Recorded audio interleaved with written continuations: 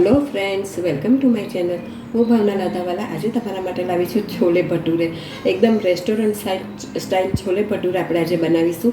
તમને સૌથી પહેલાં છોલે બાફવાની રીત કહી દઉં છું. જો મેં પલાળેલા કુકરમાં એક વાટકી આખી રાત પલાળેલા છોલે લીધા છે. એમાં સ્વાદ પ્રમાણે મીઠું નાખીશ અને એક પોટલી વાળીશું. એ પોટલીમાં એક ચમચી ચા છે, 4-5 સૂકા આમળા છે, આ તમાલપત્ર, તજ, એલચી 4-5 નાની, એક મોટો એલચો, એ બધું નાખીને એની સરસ પોટલી વાળી દેવાની છે. અને આ પોટલી આપણે આખી છોલેમાં બાફવા મૂકી દેવાની છે.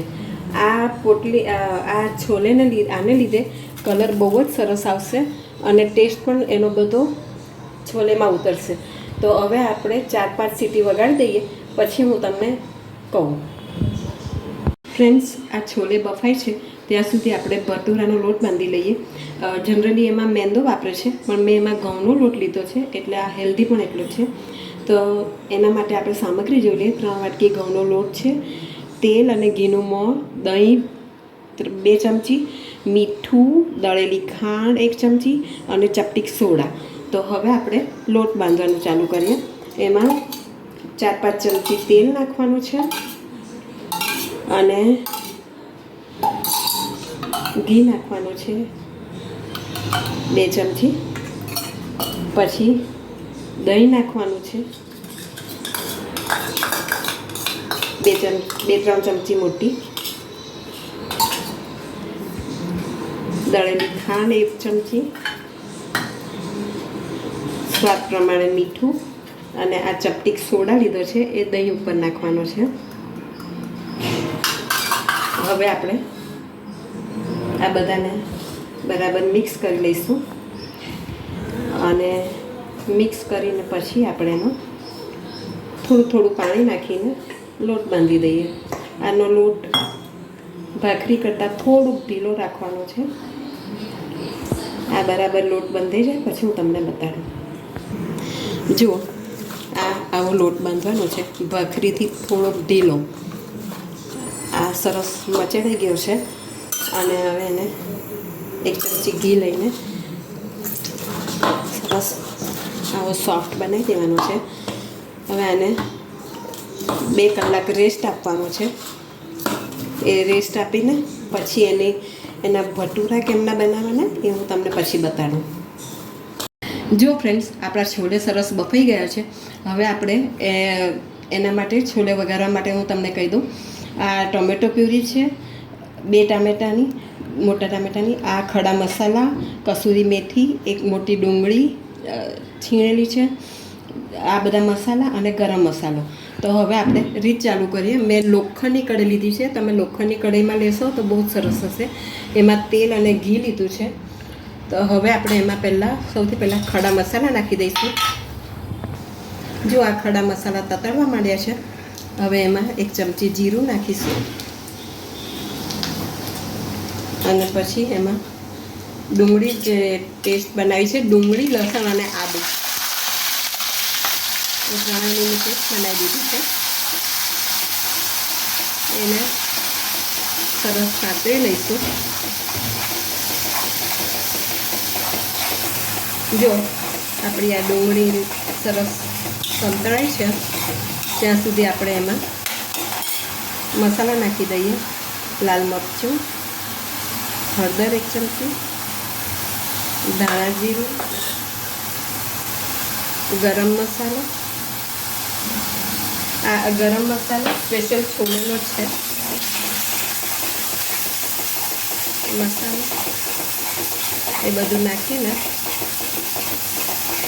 સરસ સાતળવા દેવાનું છે.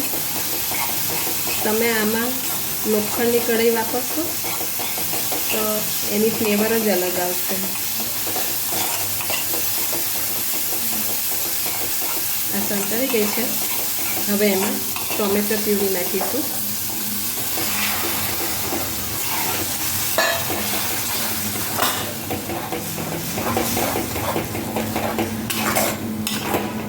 બસ આ ટોમેટો પ્યુરીને ધીમા તાપે ઉકળવા દેવાની છે.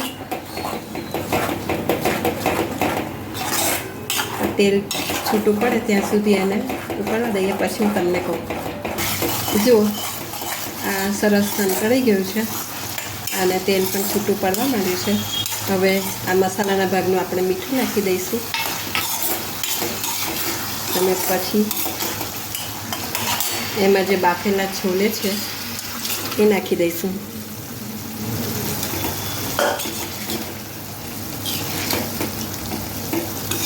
હવે એને બરાબર મિક્સ કરીને ધીમા તાપે 5-1 મિનિટ સુધી મસાલો ચડવા દઈશું. એ મસાલો ચડી જાય પછી હું તમને કહું. જો આ 5 મિનિટ ધીમા તાપે સરસ ઉકળી ગયા છે, એટલે અંદર મસાલો બધો બહુ જ સરસ ભળી ગયો છે. હવે ઉપરથી આપણે થોડીક કસૂરી મેથી આવી રીતના ક્રશ કરીને નાખી દઈશું, એટલે એની સુગંધ બહુ જ સરસ આવશે. અને આ કસૂરી મેથી નાખી દીધી પછી આપણે ઉપરથી તમારે ગરમ કરીને નાખવું હોય તો ગરમ કરીને ઘી નાખજો, અને એમને નાખવું તો એમને 1 ચમચી ઘી ઉપરથી સરસ નાખશો તો એની ફ્લેવર બહુ જ સરસ આવશે ઘીની. તો આપણા ગરમા ગરમ છોલે તૈયાર થઈ ગયા છે. હવે ભટુરા કેમના બનાવવાના એ હું તમને પછી કહું. ભટુરા માટે મેં આવી રીતના ગુલ્લા કરી રાખ્યા હતા, અને ગુલ્લા કરીને તમારે 5 મિનિટ એને રેસ્ટ આપવાનો છે. પછી એને આ રીતના વણી કાઢવાના છે.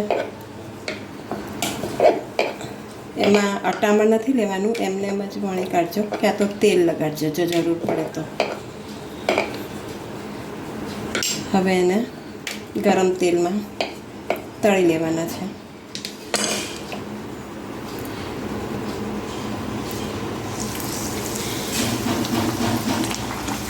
આ ઘઉંનો લોટ છે એટલે તમારે બહુ જ સારું પડશે.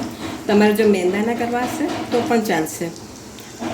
બસ તમે જોઈ શકો છો આ સરસ આપણા ભટુરા તૈયાર થઈ ગયા છે. હવે કેમના સર્વ કરવાના એ હું તમને બતાડું. સર્વિંગ માટે આપણે હવે એક બાઉલમાં છોલે કાઢીશું, ઉપર એમાં દાણા છીડકી લઈશું, ડુંગળીની સ્લાઈસ અને લીંબુની સ્લાઈસ અને 2 ભટુરે. તો તૈયાર છે તમારા છોલે ભટુરે, ગરમા ગરમ છોલે ભટુરે. તમે ઘરે નક્કી ટ્રાય કરજો. જો તમને મારી આ રેસીપી પસંદ આવી હોય તો પ્લીઝ મને સબસ્ક્રાઈબ જરૂરથી કરજો અને બેલ બટન દબાવજો. Thank you.